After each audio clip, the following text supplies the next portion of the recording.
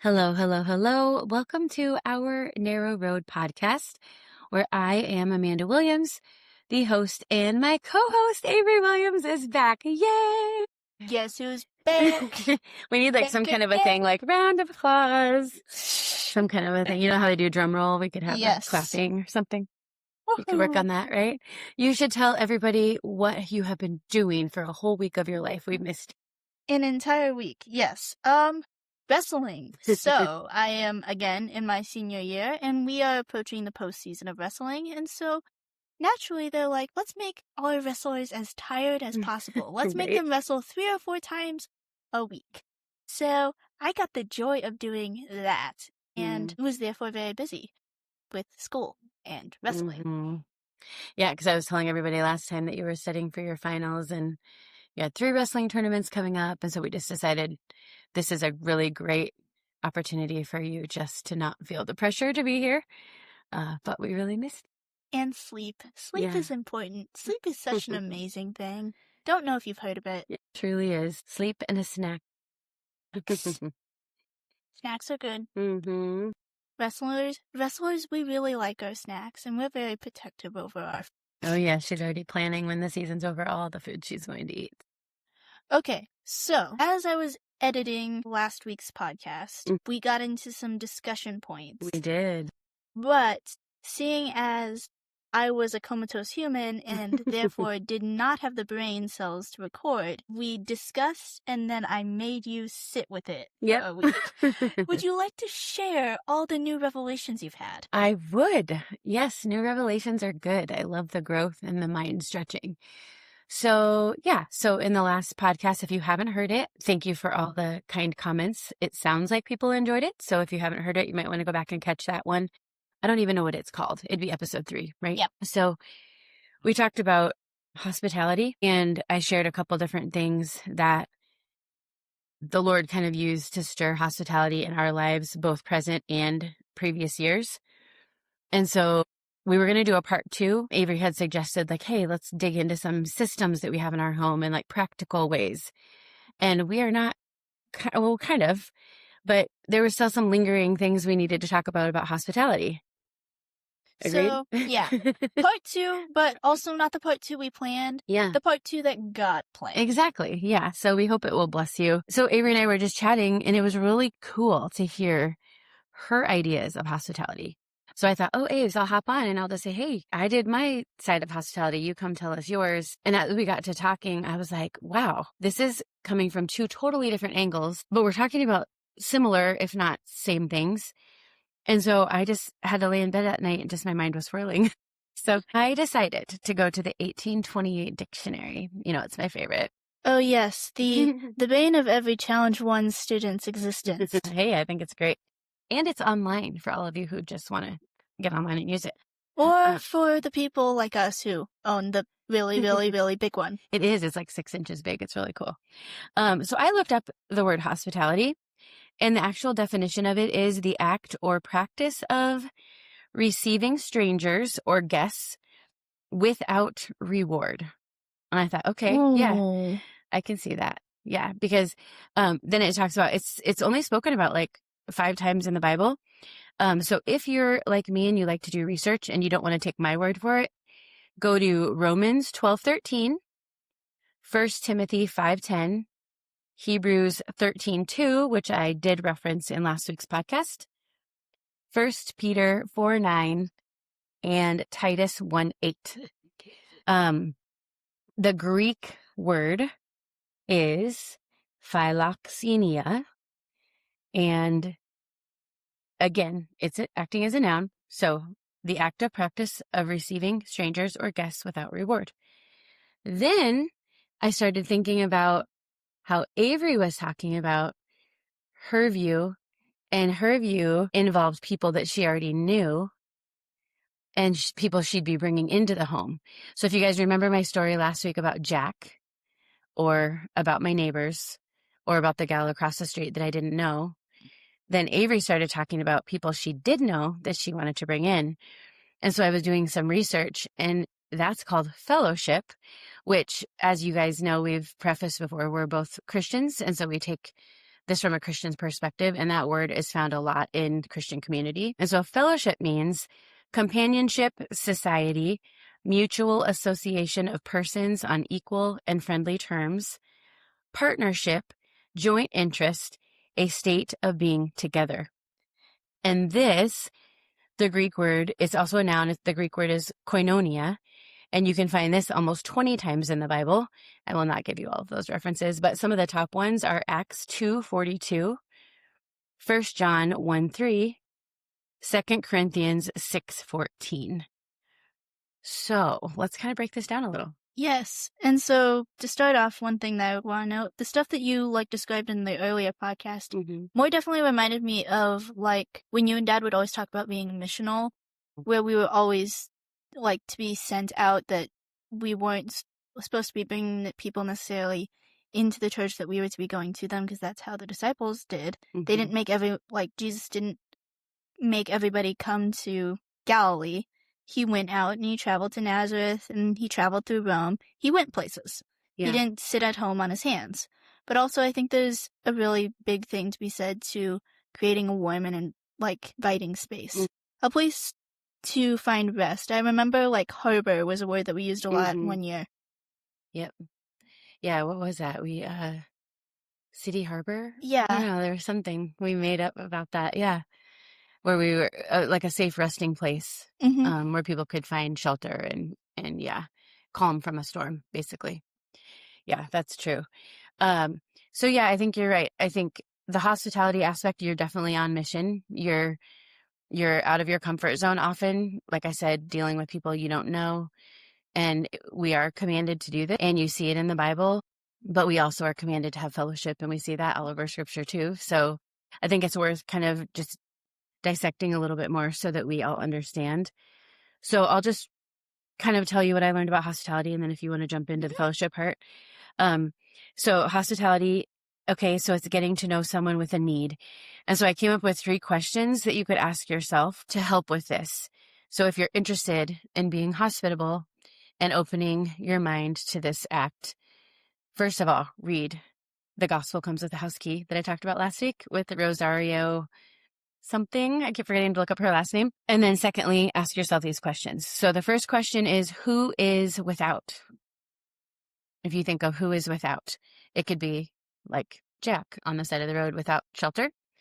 It could be somebody's without a meal tonight because they're sick and they just can't make it. Maybe somebody's without a washer or a dryer this week, and so you can help in some way.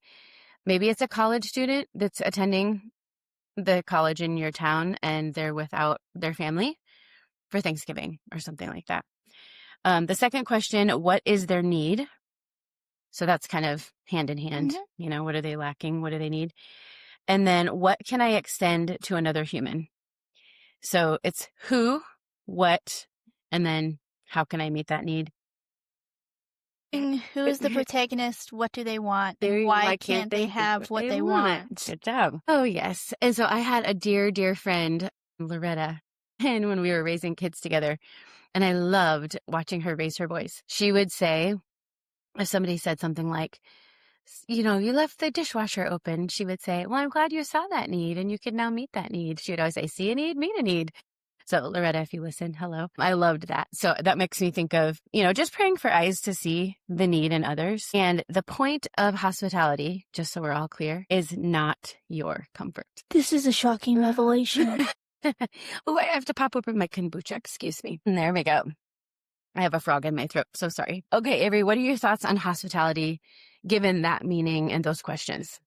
I think the fact of the matter is it's not specifically for your own pleasure, like socialization. It's more to help serve and fellowship. And I think hospitality, I always take things from the reference of camp because, that is kind of what we did a lot. We were called to be hospitable. There were different rules and different, it was almost like a script that we were given so that we were able to give every single camper and every single family some attention, because they were walking in, like, to us, for the most part, completely strangers. We didn't know Yeah. who we were getting. We didn't know their names, what they liked or didn't like. But for a week, well, for 5 days, we got to sit and get to know them and get to, like, be hospitable to them. So there were steps like we made sure that there were crayons and markers to make sure they could make a sign for their bed, make the cabin feel like home, and different steps that we did to try to foster that more family dynamic, because we got told very specifically, you are taking 12 children, ripping them out of their safe space, plopping them in a new area, and then you have to tell them that this is their safe space, and then prove it to them of why they should feel safe here. Have flags or something you made? Yeah, those were for the quads. That was okay. to, like, help bind a bunch of cabins together. Okay. It also, like, we gave the cabin a name and a count off, so everyone felt like they were always a part of something. Part of something. That's really cool. I think that's honestly a huge disparity that we have now, is everybody wants to feel included and be a part of something, because there are so many, like, cliquey type exclusionary things that now exist. Yeah, we do kind of notice what makes us not fit in to what seems to be the norm. I would agree. I think that's like a commonality And across the so ages. instead of making them fit into the norm, we just made a new norm. Trendsetter. Yeah, there you go. Very cool. So you're down with the hospitality? Yeah. We agree with my podcast last week. Yes. Okay, so do you agree with the fellowship aspect of kind of yours and my discussion? Yes, for Okay. sure. Like, specifically among Christians, we are called together. I believe it's either in Colossians or Corinthians 2 or both. Quite possibly could be with both. I read a lot of epistles throughout the summers and how they're all blurring together. Always meet together, always challenge each other and counsel each other, calling each other to, like, bear up and help bear each other's burdens. And you can't really do that if you don't see or talk or interact with your brothers and sisters in Christ. Are you referring to the do not put off meeting together as some are accustomed to doing or something like that? Yeah. Okay. I know what you're talking about. I don't know where it's referenced, but I know what you're talking about. I'm pretty sure it's in Corinthians. It's like, I think often as Christians we can fall into, like, complacency of, okay, we see each other on Sundays. That's plenty. That's plenty of fellowship. But, I mean, the disciples ate together. They lived together. And again, if campus taught me anything, the importance of Christian fellowship and being surrounded by people who are going to push you towards God is something that should be a priority in every Christian's life. And it's actually a major influence of, like, where I decided to go to college. And it wasn't necessarily, my dad goes, I hate Christian bubbles. And that's very true. Just because you're meeting and interacting and fellowshipping with Christians does not mean that we should forsake being missional, but you have to be able to have balance. You can't just have one or the other, because if you're always out among the sinners, you are going to get bogged down. And if you're always sitting among the saints, then you're never going to see any sin. And Okay, so to make you a need to be able to difference have both worlds. Yeah. I know I often thought about that kind of during COVID. You know, we spent so many of our years on mission, you know, keeping your guys' eyes on other people and what are their needs and how can we meet a need. And then it's like COVID happened and it seemed like everything was going crazy. And I thought, maybe that everybody's right. We should just turn inward and just grow our own food and just hang together. And then I just thought, how would people ever come to know the Lord if we did that? That's like the little kid song, hide it under a bushel. No, I'm going to let it shine. And I thought, no, we have to still be rubbing shoulders with people. We need to go out into the world. The epitome of we must be in the world, but not of it. Yeah. And when we remove ourselves, we remove a light. But that doesn't mean that we put ourselves in bad situations. Like you said, we do need the support of others and we need that building up and things like that. So, and I also think fellowship with Christians, like, can be a very great time of equipping to go out. And so, like, I'm going to a Christian college. I'm hopefully going to be getting equipped so that I can go out into the world with not only a degree, but also a strong theological background and knowledge and the ability to defend my faith and be strong in it, versus, like, going to a more secular college that might bring a lot of temptation or just bog down my spiritual health. Yeah, I loved our conversation after we visited Northwestern on our way home. I think I cried the whole way home. Like, she's moving away. Context, I'm going 2.5 hours away, and I asked my dad, what is your opinion? I hate it just because it's too far away. And it's no further than Camp was. Now that I think about it. I know. It's the wrong direction. She's going up north into the cold tundra. And I like to drive south into the warmth for doctor appointments and things. And so I thought, how am I ever going to see you? But we have it kind of figured out. Yeah. So what I loved about that conversation on the way home, though, is you said just all the different aspects of your life where you kind of felt alone as a Christian, maybe. And you're like, I'm adopted. I'm Asian. I'm homeschooled. I'm a Christian.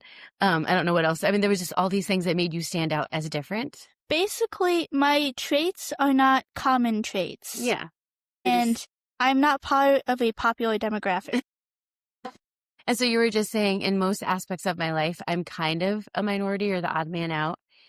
And you thought, that's good. Mm-hmm. Living for the Lord, it's okay. I get it. But you said, Dad, is there ever a time for equipping and building back up? Is there ever a time for rest? And I think we both were like, oh, yeah, we get tired. You're on the front lines. You get burnt out. You get tired. You need that rejuvenation so God can grow you and you have more to offer. And I thought, that's really wise. Okay, Lord, I'll let her go. But it's still kind of hard. But yeah. I'm really proud of you and I'm excited for you. And so definitely I think that time of fellowship is important. And I think fellowship can equally be mixed with hospitality. I mean, we're called to go in pairs. So pairs doesn't necessarily mean only two people. It can also mean, okay, these two families, we're going to invite these people in and we're going to trade hosting so that it's not like a burden on one person, but then we can see each other and be able to help host. That's a cool idea. Or it can be maybe we have a weekly gathering and we're going to meet at somebody's house differently every week. And anybody who wants to invite people can come. Just tell me how many numbers I can plan for. There are things that we can do as a community. That way it doesn't fall on one person to be hospitable, but it also doesn't mean that we are only fellowshipping with each other. That's so true. You're right. Because even if I were to invite a stranger into my home, fellowship will happen, whether it's over a meal or prayer or doing their laundry for them or whatever their need is, or even going to someone's house. Fellowship will take place when we're together. That makes sense. And when you're fellowshipping, hospitality is happening because you're meeting a need maybe of, like you said, you can have multiple groups and help people out. Well, let me give the 3 questions that I came up with for fellowship. And then you can tell us about this really cool thing. I think you might have learned it in psychology. I can't remember, but I'll let you tell about it. Okay, so fellowship is getting to share a need with someone you know. And the questions that I would say is, who shares the need? What need do we share? And how can I both extend to and receive from another human? So we have the who, the what, and the how again. And then in this one, we're praying for discernment. Who can I encourage and who encourages me kind of at the same time? And the point here is your comfort and theirs. So it's similar, but different. Okay, so diving in, what fosters this fellowship and what did you learn? What did you teach me? So I can't even remember where I got it from. I was watching a YouTube video. I can't remember if it was for my psychology class or I also just like to do random deep dives on the internet. I go down internet rabbit holes probably a lot more than I should. And so it was talking about like why teenagers are spending so much time at Walmart or at Target. And I had also been on like the North Iowa Facebook page and I'd seen a couple rants of, oh my goodness, I went shopping at 9 p.m. at night and Walmart was just full of teenagers loitering around doing nothing and they were causing so much trouble. Well, in North Iowa, there is nothing to do that does not cost at least a generous chunk of money for kids. There's no place for teenagers to congregate. So in that, they were discussing what's called third spaces, which are basically either very low monetary barrier or no barrier places where people can congregate. So back in like the 80s and 90s, think diners, roller skating rinks, arcades, movie theaters, all of these places that were available where teenagers could either drive or have their parents drop them off. It was perceived as relatively safe, and you didn't necessarily have to spend money or spend a bunch of money to exist there. And like now, you if you want to go bowling at our local bowling alley, you have to drop like $12 for the shoes, and then it's like $20 to rent a lane an hour. And that's just a lot of money that teenagers don't have. Yeah. Because if you think of it, that's $34. So quick math, that's roughly 5 hours of working at minimum wage. That is a lot of money to drop for an hour with your friends. And then gas to get there, and you want snacks when you're there. And I think of Perfect Games and Ames. It's like everything's in there, but it costs a lot of money. Yeah.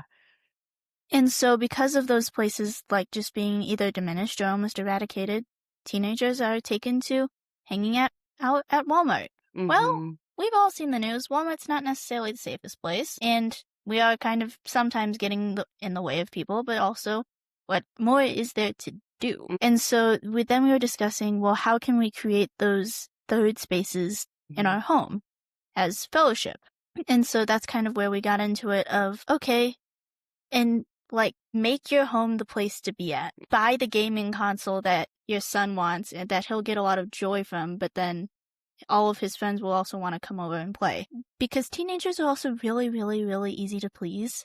If you give us access to internet and food, we will be the happiest clams, and I guarantee you they're going to be, your mom has 4 bags of cheesy chips, and they're not going to care whether or not they're the on-brand or the off-brand or the Aldi brand that nobody can pronounce the name of. They just care that there's food there. Yeah.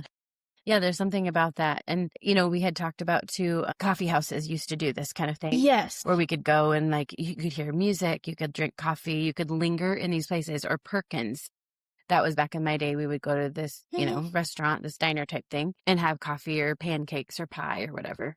Nowhere's open late anymore. Like, here was something, my brother and I went to Salt, and we checked Wendy's, and they said that they closed at midnight. We checked 3 different sites. I checked on their website, I checked on the Google Maps, and I checked on the Apple Maps. And so we went to grab our food, and it was like 10:10 at night. And they go, by the way, we closed down the kitchen at 10, so you better order quick. And then we are going to try to close down our room in 30 minutes. You guys should have called ahead. And we were like, well, sorry. Mm-hmm. 3 different, even in a bigger town. 3 different, we were in a college town. Mm-hmm. 3 different places advertised that you were open until midnight, and we just dropped all this money on food, and you're seriously going to tell us that we can't sit there and eat our burgers? Yeah, it's interesting. And I know, so for the listener, Eric and I lived in Kansas City, Missouri before we moved here, and this is kind of coming back home for us. But there was coffee houses open all day and night. Like, it didn't matter. And we didn't have kids at the time, so we'd go late and stay with friends, and they'd had board games and live music. And we moved back to northern Iowa, and we're like, what? It's 4:00 and you're closing? Like, the one uptown closes at 2. Yeah. And they've even scaled their hours back. Coffee houses have almost become more of like a drive-through option, I think, like a fast food option. The like non-chain coffee house, the latest one is Livonia's, and they stay open until 4. Yeah. Have we just forgotten how to linger? Are we just in a rat race? Like, what is this trend? Well, after COVID, nobody congregated for such a long period of time. Mm-hmm. And so, like, the dining rooms of everywhere was closed. That's true. And then I think coffee houses realized, well, we don't necessarily have to keep open. But, like, I had a point in time where I had college classes, and then I had about a 5 or 6 hour gap in my day where I didn't have my college classes, but I didn't want to drive home because it was a 45-minute drive home. But I had to be in where my college was in the evening, and I just had to sit somewhere. And so I was like, I can either sit in my car or I can go to a coffee shop. But like, there wasn't a whole lot of areas that offer free internet.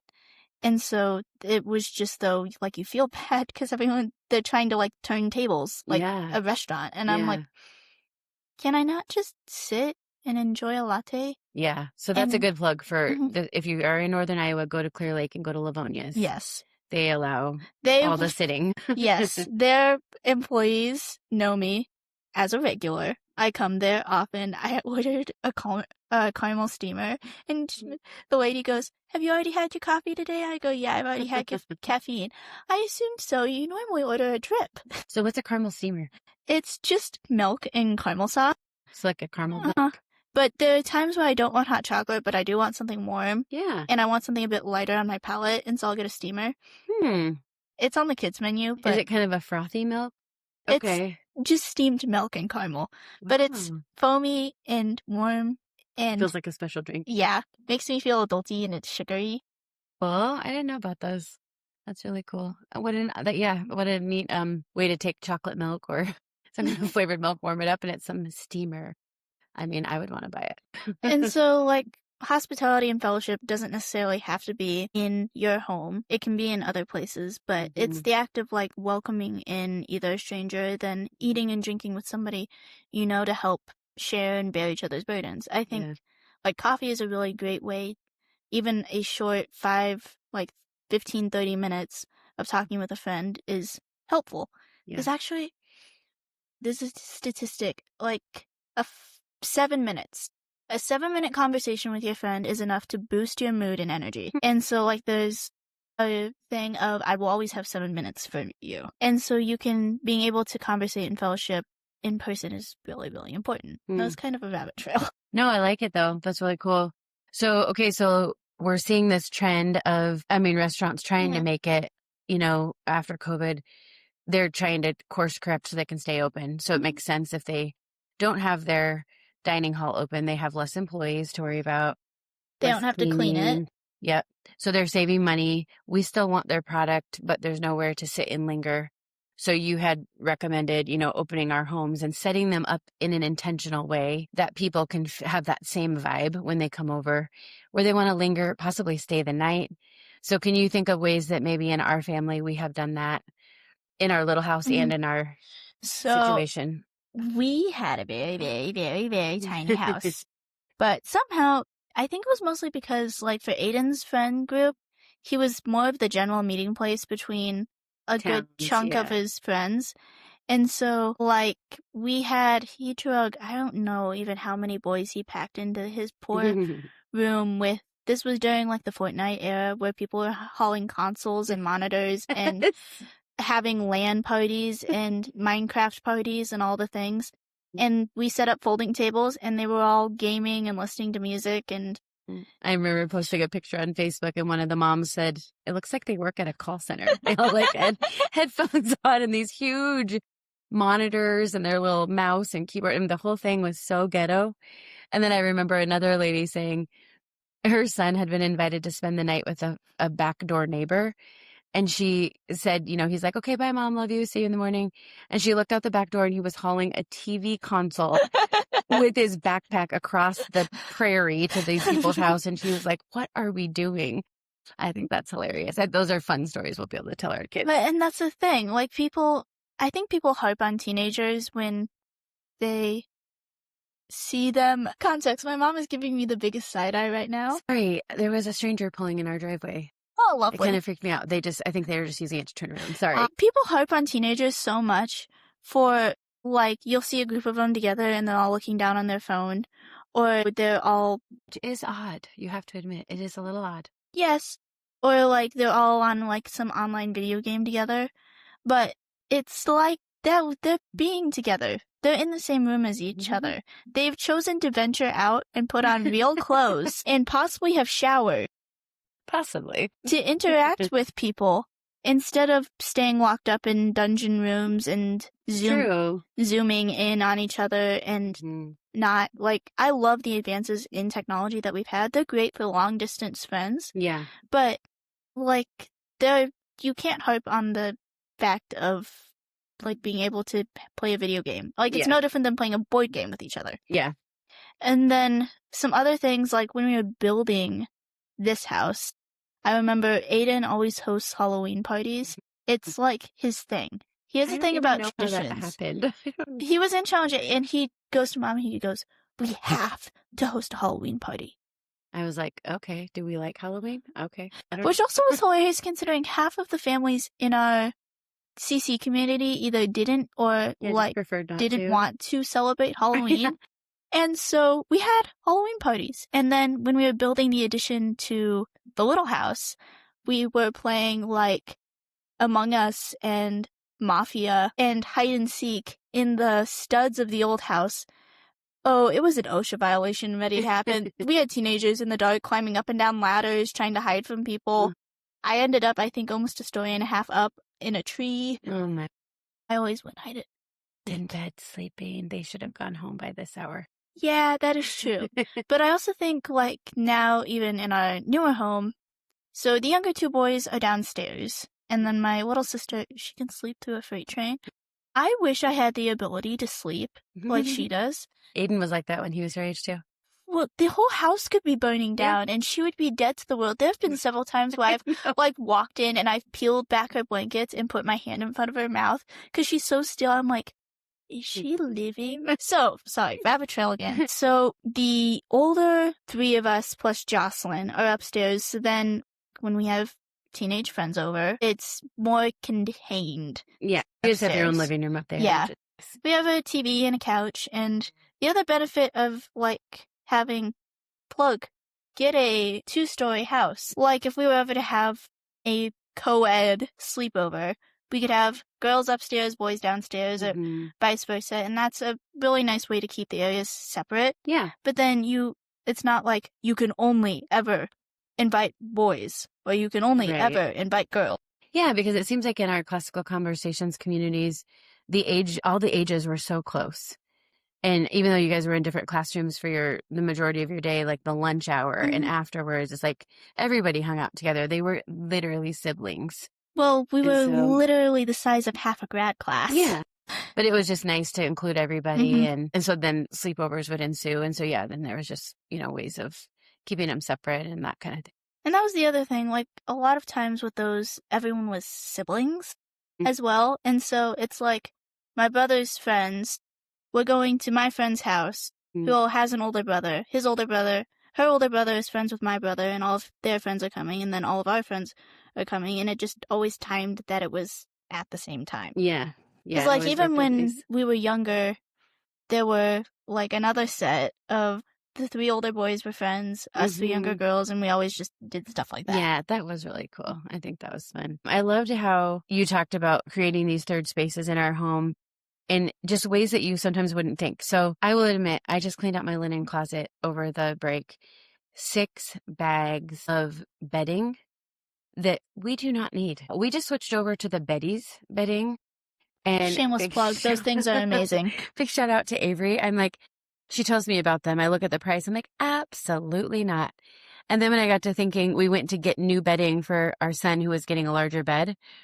And it was so expensive. I thought I should have just got him a Betty.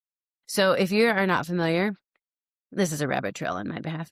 Betty's bedding, it comes with like the base sheet. Well, it fits on your bed like the fitted sheet would. Then you're like in this little cocoon with a blanket that's over you and it zips up on the sides. So if you are annoyed by messy beds, buy these for your kids. They are a huge investment, but I think they wash great, they dry great, they go on easy, they come off easy. If there's like a bedwetting issue, if you whatever. want to, they are very durable. I took mine to camp. Yes, that was our trial one. And it was also the lower level, quality one. It survived coming on and off my bed multiple times a week because I had moved multiple times a week. Camp, wear and tear. It got turned inside out when I was in Horse Wildy because I didn't want to ruin the pretty pattern. They're very durable, high quality things, and I haven't had a problem, and they're warm too. Yeah, and I was going to say, I think that one was maybe around 100 or a little less. I don't know. We had found a sale. The regular ones that are like the high quality, I would say 200, 250 maybe. So it's a lot. But if you're getting bedding, this is the way to go. So I'm just saying. So because of that, we slowly switched everybody over to Betty's. We had all this extra bedding. I mean, so much extra bedding. And so I packed that up. But what I didn't get rid of in order to create this third space is I just got on Amazon one year. I think you were 16 and we were going to have a party. And I ordered 5 or 7 or something of the same exact sleeping bag. Do you remember that? They're black sleeping bags. They roll up really small. They're easy to store in the basement. When people come over, it doesn't matter if they're a girl or a boy. They work. They're really comfy. And that allowed people to linger. Like if they Mhm. wanted to stay over, we had plenty of sleeping bags, plenty of extra pillows. That condensed all the bedding situation. Sleeping bags and pillows, way to go. Have a lot of extra of those so kids can congregate and stay. Obviously, the food. Since we were an allergy-friendly family, I always felt so badly providing the food I did because most often it would be like dye-free or gluten-free. The kids were so sweet, though. They didn't care. We would always, though, call them ahead of time and say, what's your favorite drink and your favorite snack? And I would provide that. I just couldn't see spending a bunch of money on stuff that we couldn't eat after they left, having all this extra food with. It was also hilarious because, like, when the gluten-free Oreos came out, Oh, yes. it was everyone ate them and they go, we're going to start buying these. These are better than the other Yeah, ones. they did like And those. then that actually worked to our benefit because Mhm. then every house we went to had gluten-free Oreos. I know. And not that Oreos are healthy in any way, shape, or form, whether they're glutinous or not.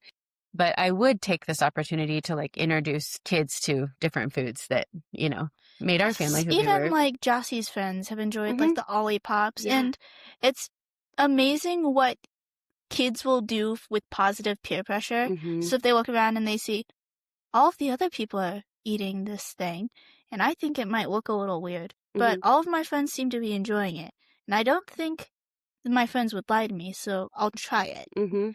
Because Yeah. I remember that happened with one of my friends and shrimp. We had Uh-huh. shrimp, fried rice, and I was eating it, and we had gotten a couple extra containers. And she goes, I kind of want to try that. And she tried that. And then she called her mom and she goes, Mom, I like shrimp now. And her mom I goes, remember that. oh, great. Now I'm going to have to start buying shrimp. Funny, I vaguely remember that. I don't remember who it was, but I remember. So I remember. Yeah. So fun.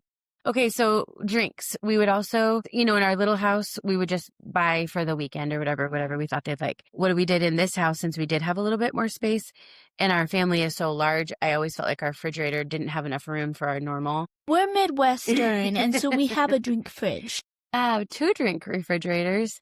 They're mini fridges, which I also tried to deliver to Avery's camp address on it. That is something we should share about, but it's also a rabbit trail.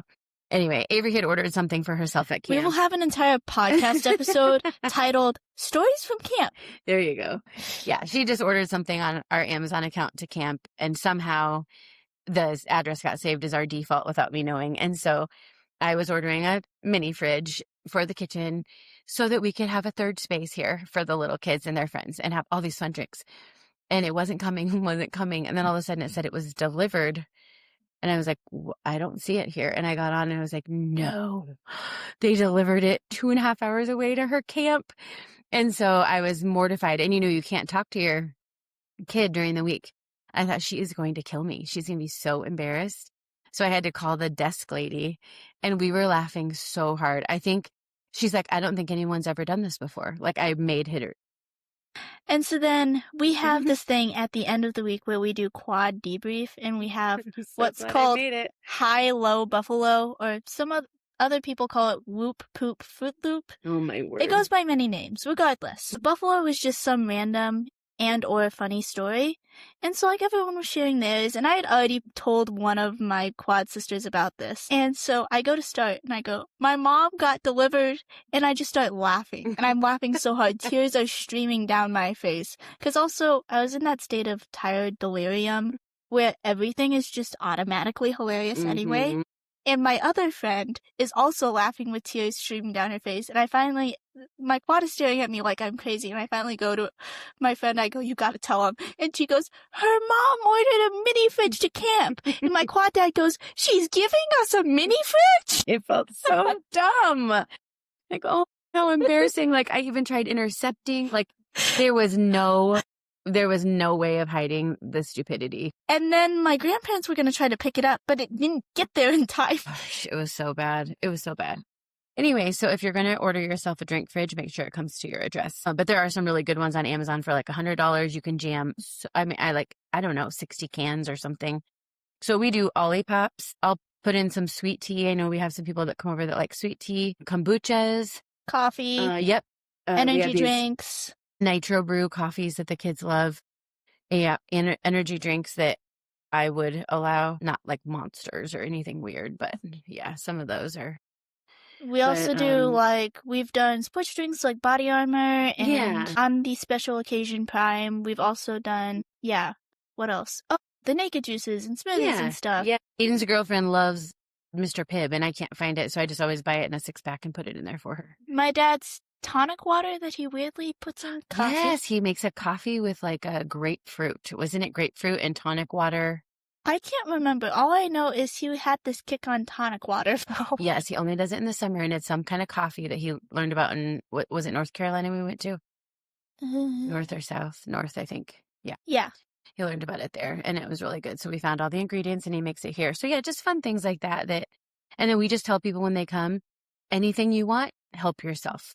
And it is so cool. Like after a kid's been here a couple of times, you just see them walk over, open it, grab an Olipop. I love that. It makes me feel like they feel at home. And that's like also where, with so much like distrust and upheaval, having a safe space for kids to congregate is something that's really, really important. I mean, like, we have everything that's going on in the news and everything that's just going on in our nation. Having a place where kids can get away from everything and just be kids. Because I think a lot of kids are recognizing all of the tension that is going through our nation and are growing up a lot sooner than they should. I agree. Yeah. And because of that, I think sometimes you have kids coming that maybe like the parents don't necessarily know you. The kids have made great friends and they're not 100% sure. So what I do is I always start a group text message with everyone that's here, the parents, and I take pictures all night long, videos, fun things, and I'm constantly texting the moms for them to see. And I think that helps a lot. They feel like they're not missing out. They're a part of it. They know their kid's safe. And I definitely think that this would be a better, like, for your kids, it's fellowship. For you, it's hospitality. True. Because it is uncomfortable, and you don't necessarily know, like, you know of your kids' friends, but it's not like you really know them. And so not at first. it's helping meet the need of kids needing places, because, like, another example was us being hospitable, through trampolines and that type of thing. And so those kids needed somebody to care about them. Yeah. And so to care about them enough to go outside and say, guys, you're being too loud, and then to come out with waters and snacks and orange slices. Yep, for sure. Another cool thing that you could do for a fellowship is like where you just are prepared. You have this on hand. This year, I had gone to Walgreens to get some pictures or something, and I was waiting. So I just kind of looked up and down the aisles, and they had slippers on sale. Do you remember when I did this? These beautiful slippers with like furry, fuzzy stuff in They are the so fluffy, and it makes me sad because they're like 3 sizes too big, and so I can only shuffle around the house in them. But I had this little basket by my couch, and I just got a couple sizes. I think like a 6, 7, 7, 8, 8, 9 kind of thing. And I just put them, oh brother, 7. If you can't see us, she's doing her thing. But I just put the slippers in a basket, and then I was able to host some friends, and so I was able to let them wear them first. And I think it was really fun. So I think it's just inviting people in and just letting them feel more at home. I also didn't recognize that is very Japanese Korean of you, the indoor house shoes. True. Well, yeah, because like Japanese people, they have outdoor shoes and they have indoor shoes. They do it in France too. Did you know that? No. Yeah. And they are very, very, like, they have a huge slipper culture, like a massive one. Now theirs wouldn't be like the big fluffy furry ones like we do. They're more like a house shoe, aren't they? Like more pretty. Like the people, like the slippers that look like tennis shoes? Don't say they do that. They invented those. Oh my word. Like that year you got those fake Nike ones, they're huge. They're so fluffy. I miss those so much. Oh my word. Yeah, so anyway, that's kind of a fun idea, just keeping people, especially during the winter months. Movies. Obviously, back in the day, we had the movie discs everywhere. Now we have so many streaming devices. Massive frustration of my father. Yes. But I do feel like that does help us fellowship a little bit better. Just that they have different streaming devices that they can get on and watch some shows. And then games. We have a ton of games. We have so many games. We have the best games, I think. I mean, we have anything you could want. All the way back from my childhood in the 70s. And we also have like all the funny, 70s. like trendy, goofy ones that like make... Oh, the ones I can't stand. Yeah, my mom... Goat cheese pizza is the best game ever. I do not like that game. But clip your nails and take off your rings before doing it. All you're doing is just beating up each other's hands. Okay, Mom, have you seen how my siblings play? They just like to beat up each other. It's just the silliest thing, but they love it. Crazy. But some that we love, cards. We love cards. So many different card games. Yeah. Dutch Blitz, which is kind of like Nerds. Golf, solitaire, Yeah. garbage, Skip Boat, Phase 10. gin. Well, not gin, rummy. Rummy. Yep, 5-hand rummy. Yeah. And then we got some horse game for Christmas. It's so fun. What is that called? It's like the horse I racing. don't know. That one still confuses me. Yeah, I love it. I still don't understand it. We'll And have then to do there's like an Brad's episode game. of, yeah. That's like a vertical solitaire. It's super fun. We'll have to do like an episode of like movies, books, games, fun things like that. We should the next episode should be We Recommend. Okay. I love it. We'll do that. That takes a lot less planning. So come back next week, friends, and we will recommend something. Okay, so back on track here. So what are some ways that we can take the stress out of hosting and creating the third spaces? We've talked a little bit about being prepared, stocking up on things. What else would you think? Well, something that always struck me, and I can't even remember when you said this, but you always said the reason why we keep our house so tidy is so that if somebody were to have a need, we would be able to meet that with minimal effort. And my room does not exhibit that right now, but when I do have the time and energy, I really much like to do that, and it has come in handy several times. There was like a time where my friend needed to come over because her family was having a family emergency, and I threw the dirty clothes in my closet, ran a vacuum, and bam, my room was clean enough to receive friends. And it was also to the point where I knew that I didn't even have to ask my mom if this person could come over, that she was just going to say yes. Absolutely. Yeah, for sure. Yeah, I have always tried to think, I mean, please, no. We have piles. I'm looking at them right now. We have piles. We have dirty spots, and our house is very normal and average in that regard. But we do have a mentality. I can say, okay, we're going to do a quick 10-minute tidy before we play a game, or before supper, let's do a quick 10-minute tidy. We always do a 10-minute tidy in the morning. We do a 10-minute tidy before the boys come home from work, just because who wants to come home to a mess and see all the things of our day? And then we do another one before bed. And I think that does help because it's not so overwhelming. You're just looking around, picking up after yourself. And I will say there have been times when I don't enforce the 10-minute tidy, or we had been really busy, or it was summer and I had gotten a little lax or whatever. And I was just up in every morning with a basket, walking around the house, picking up stuff. I felt like a maid, and it was heaping. And I just thought, okay, we got to get back on track. So there are times where we fail, but for the most part, that is kind of our hope, just to be able to receive people as needed. What about, you had said making a small list of things that you want to keep on hand. I know we talked about the things up above, but this is like more those really, really impromptu visits, like maybe not a teenager session now. Maybe these are like, a mom friend popping by with something. So we talked about frozen pizzas. Like, hey, I remember people doing this for us. We would be there in the afternoon. They're like, hey, stay for pizza. And they just pull out some frozen pizzas. Mm-hmm. I think that's just an easy one to have on hand. And then I learned from Sally Clarkson. I'm not a baker, in case you haven't found that out yet. I think we talked about it several times. But I just keep those little dough balls in the freezer, those cookie dough balls. Mm. And then you can have those done in 12 minutes. And while you're visiting and brewing their coffee or whatever, it smells your house really nice. So that was a good tip that I love from her. We talked about the drink refrigerator. I would also say, in order to welcome people into your home, you also have to have a schedule in which you are home. Yeah, true. Because there are times where it's like, oh, I would love for this friend to be able to come over, but I can't because I have X, Y, and Z to do in the morning. And that has been like, when my schedule is really busy, times where I do get really, really frustrated at the lack of a social life and the ability that I will have. But being able to plan your schedule in a way that you are home more often definitely helps. Yeah. And I think in our original discussion too, you were even talking about, yes, being home, being available, but you were thinking this can seem like really overwhelming to people. You can't just do all of this in one moment. You had talked about, I think it was a book that you had read, and how you can't overhaul your life all at once, but you can make small little changes. Do you remember the name of the book you wanted to recommend? Well, also like settling into New Year's resolutions and that type of thing. Yeah. I personally bought the New Year's resolution. I have not resolved to do anything new. I have resolved to. Is that just this year or every year? Oh, just this year.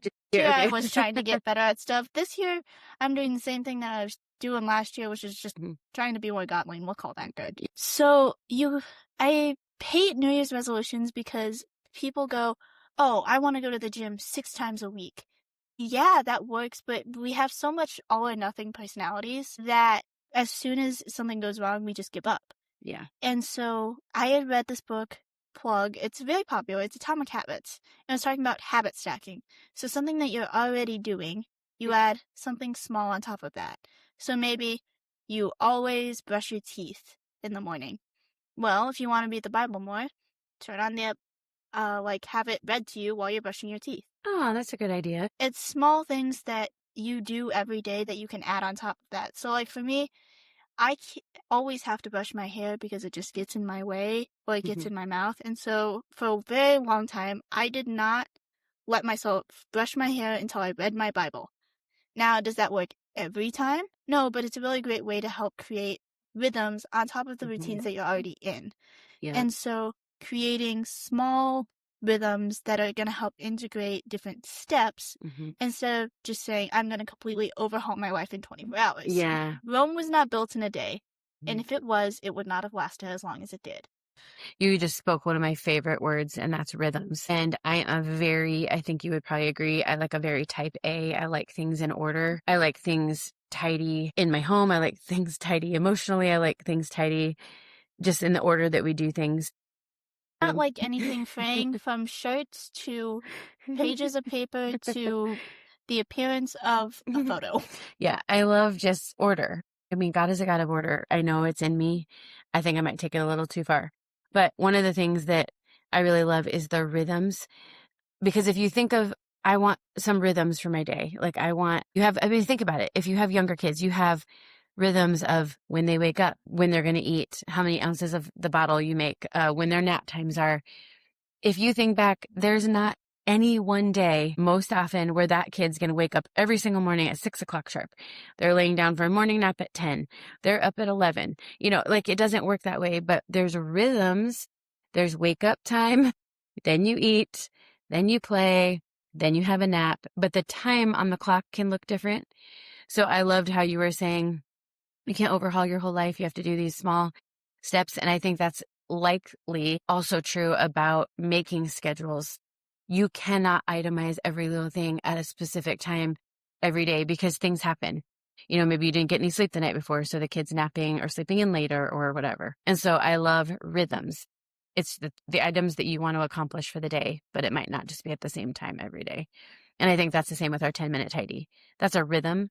It's not scheduled on the calendar. So if we get up at 8 o'clock, you do it at 8:15. If you get up at 10 o'clock on a summer day, you do it at 10:15, So I like that. And I've never read that book, but I probably should listen to it on Audible or something. Then you had asked me to talk about some systems. Would this be a good time for me to interject a couple things? Probably. Okay. I didn't know if you had anything more you wanted to say about your atomic habits or anything else. Not that I can think of. Okay. If you do, just interject. So Avery had just said, well, just share a couple of your systems. So I just thought of like 3 things that I would say are rhythms in our home that we do to kind of create that opportunity to welcome people in. For me, I learned early on that I don't like to do all the cleaning by myself, and I like it to be a partnership. I think you get so much work done when you're alongside someone. And then I do not like saving my laundry up till one day a week. And that being my laundry day, because sometimes I want to go out of town or I want to do something else. And I also I don't enjoy not knowing what room I should be cleaning in the house on any particular day. So we have decided all hands on deck is kind of our family motto. We all do the 10-minute tidy. We all pitch in. We do 1 load of laundry every single day except for Sundays. And we clean 1 room in our house every single day.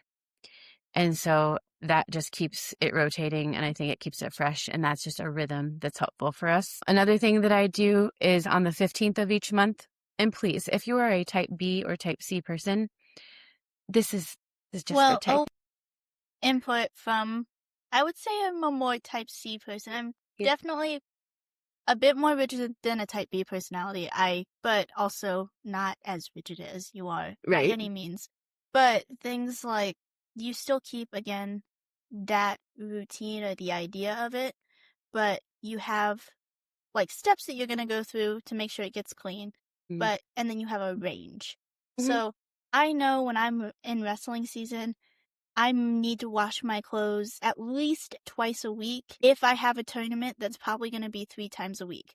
When those days fall also depends on how full my hamper is. Yeah, and what night you have to Uh-huh. wrestle because you need your singlet again Mhm. and that kind of thing. That's And so it'll fall in those areas, but I know generally, okay, Mhm. these are things that I do 3 times a week. Here's something that I do once a week, but the day specifically doesn't necessarily matter. Yeah, it's true. Knowing the tasks that need to be done weekly versus bi-weekly versus once a month are really, really helpful. So like I try about every other week to clean out my car and get the food wrappers out of it and whatnot because I'm in my car a lot.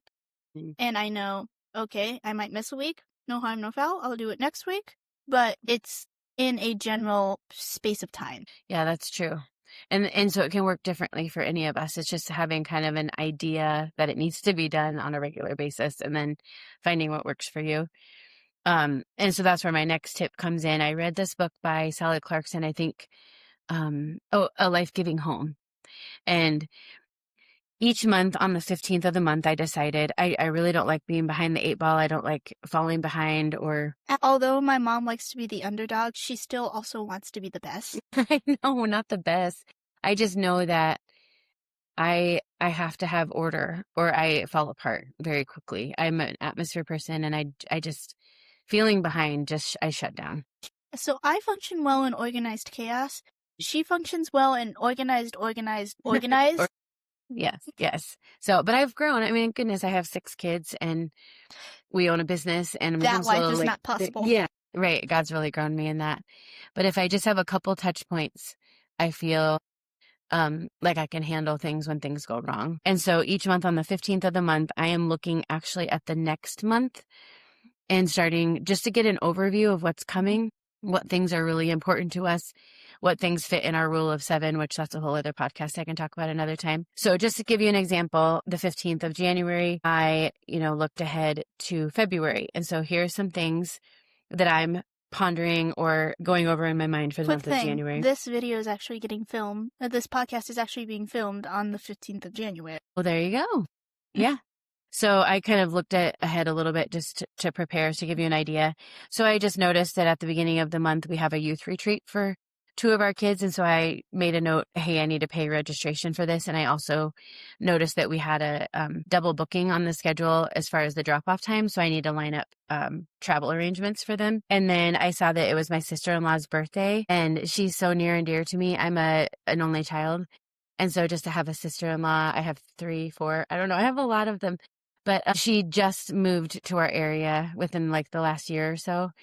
And so because we don't get to see each other that much because she's working in different things, but I just love to somehow get together if we can. So a Sunday afternoon, I might invite like everybody over for like a lunch or something. And then we have 3 gotcha days. So I thought, yeah, it's really good. Amazon 2-day shipping. Love 2-day shipping. Kind of a gift would be like to give them just to say, hey, we're really thankful you're part of our family, or this makes me think of you.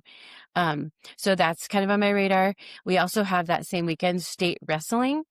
And so I need to look through, do we need hotels for that? Do I need to pack food? Are there places we can eat out that would fit our allergies? Do I need to buy tickets?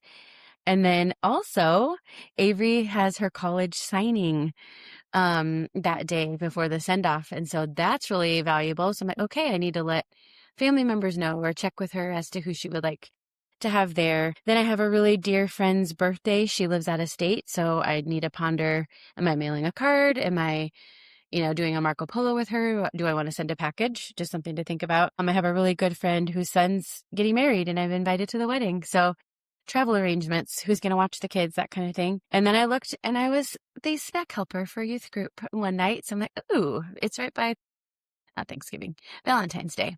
So what fun thing could I do to bless the kids? Hello. And then Valentine's Day, of course. So we'll do something for that. Then I saw President's Day was coming. I'm like, well, I'm a homeschooler mom. Perhaps I want to do something on that day. I don't know if it'll be anything big, but something I want to ponder. I also noticed that it would be break week for one of my kiddos, and it's his first year in challenge, and it's very rigorous.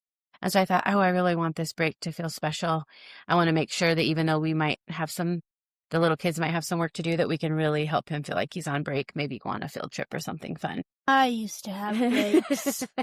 And then I became an adult and got into college. And then the last thing that I wrote on my list is, this is going to be silly to some of you, but season 50 of Survivor, baby. Yes, my mom's amazing ways of exploring the depths of psychology. Oh, I love it. Like, what a social experiment. It's so cool.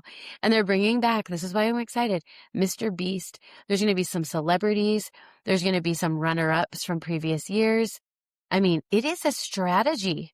I question how this doesn't fall under cruel and unusual punishment. They're signing up on their own. They're begging to be on this show. Okay, and there's $1 million carrot dangling at the end. Okay, though, I'm just going here real quick. The ethics of it don't make sense. Ethics.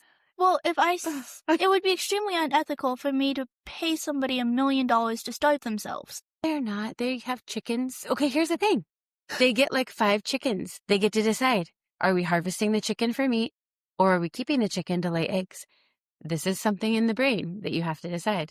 It's very cool. And not everybody agrees. It's still not ethical. Oh, I love it. I love every ounce of it.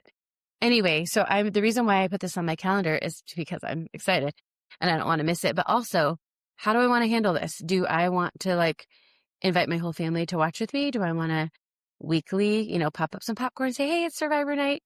Do I want to grab one kiddo who's desperate for some alone time with mom or dad and just say, hey, this is your and my special season? I just need to think through that and pray through it. What would be best? Or do I just want some sanity and this is just for me? So that just gives you an example, just a normal family and just the stuff coming up all the way from a TV show to birthdays to, whatever. And so having that at the forefront of my mind just allows me to prepare a little bit. I can order some things. I can just be thinking. So that's been very helpful to me, just to kind of be a couple weeks ahead of the game. I find that gives me about enough time. So okay. So are we ready to wrap it up? Well, if we've run long and you're still with us, we are so, so thankful you're here. We hope that you've enjoyed Avery being back. It's been such a gift just to have her. I really missed her the last episode. So we will be back next week with, what did we say? Things we recommend? Yes. I'm really excited about this. Will be an episode that I am very, very hyped for. Okay, I'm really excited about it. So, okay, one thing I want to leave you with. You plan for life, whereas sometimes life just happens to you. So let's get out ahead of it. Let's also do more than survive. Let's thrive on this narrow road together. Thanks for coming. We'll see you next week. Bye.